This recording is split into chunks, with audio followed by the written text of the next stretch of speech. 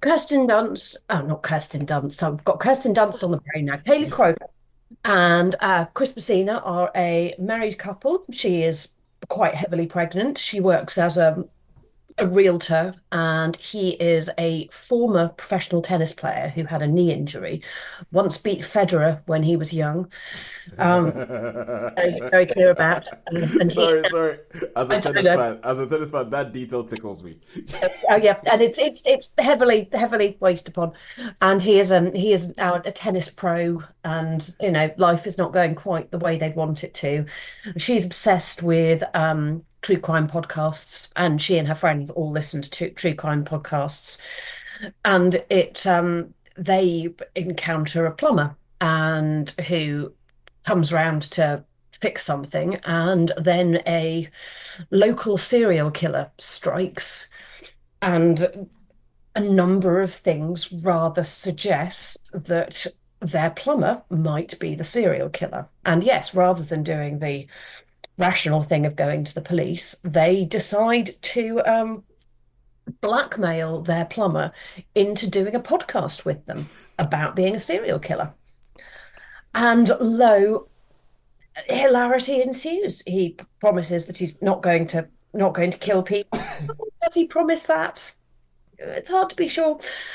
And off they go and make this podcast. It's 8 episodes of lunacy. They go off to a podcast murder convention in Vegas or something. It's there are mad parties with some of their mad friends, all of whom are having affairs. One of whom is having an affair so openly that they invite the guy she's having an affair with to a dinner party at her house with her husband. It's all just, you watch it and go,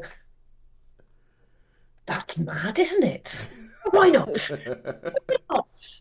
Let's just let's just keep going with it. And you watch this balance of their somewhat chaotic personal lives juxtaposed with the creation of this clearly, lunatic podcast, and the serial killer who, being a, good old fashioned psychopath, has very different views on things to them.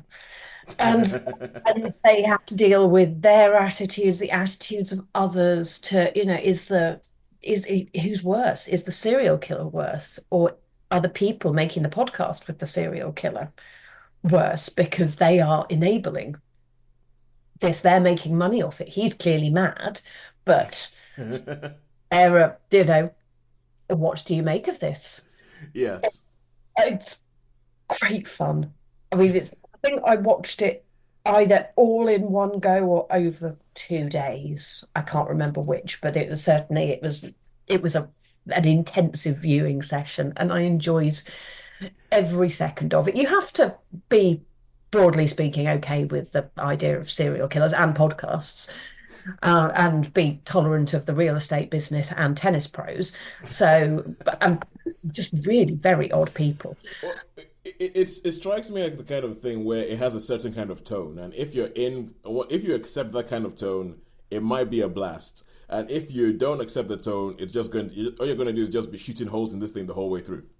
And you will be morally repulsed by it. Whereas I just thought it was delightfully silly.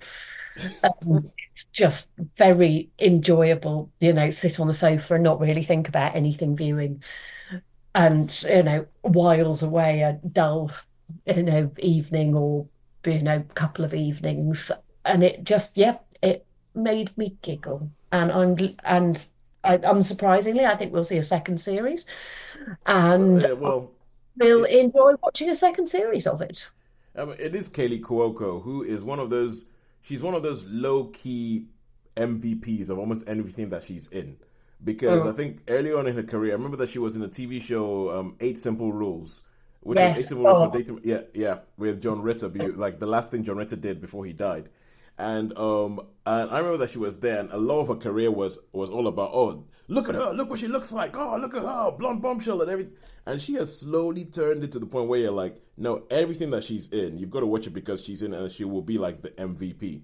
I have a film called Role Play on Amazon Prime that I have on my back burner one of these days to talk about in which she's in there, and she's just good. I really like Kelly Cuoco. And Sean, you look as if you wanted to ask a question the whole way through. No. I was just thinking. There's a. I wasn't asking a question. It was just I was just thinking about a tennis thing. I'm just fidgety, you know. Yeah, ADHD. It was. Yeah. There's a film called The Challengers coming. Oh, I'm challenges, yeah.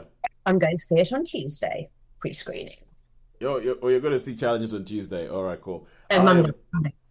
am, I am. Okay, I think Sean's I think frozen. you lost. Yeah. I think you froze me. Yeah. Yeah. Yeah. So no, what I was going to say is I think there's a film coming. Oh, Sean's frozen again. But okay, what I'll say is I'm to be honest with you, Holly, I am slightly dreading challenges because as a tennis Yeah, fan, I I was going to think say challenges. yeah, I think as a tennis fan, I think the tennis in it is going to be terrible because some of Yeah. the shots I've seen, it's kind of like okay, Sean, you're a football fan. You know when they Yes. try and do like when they try and show like a football thing on film, it Yeah. never looks right. No, it Never doesn't.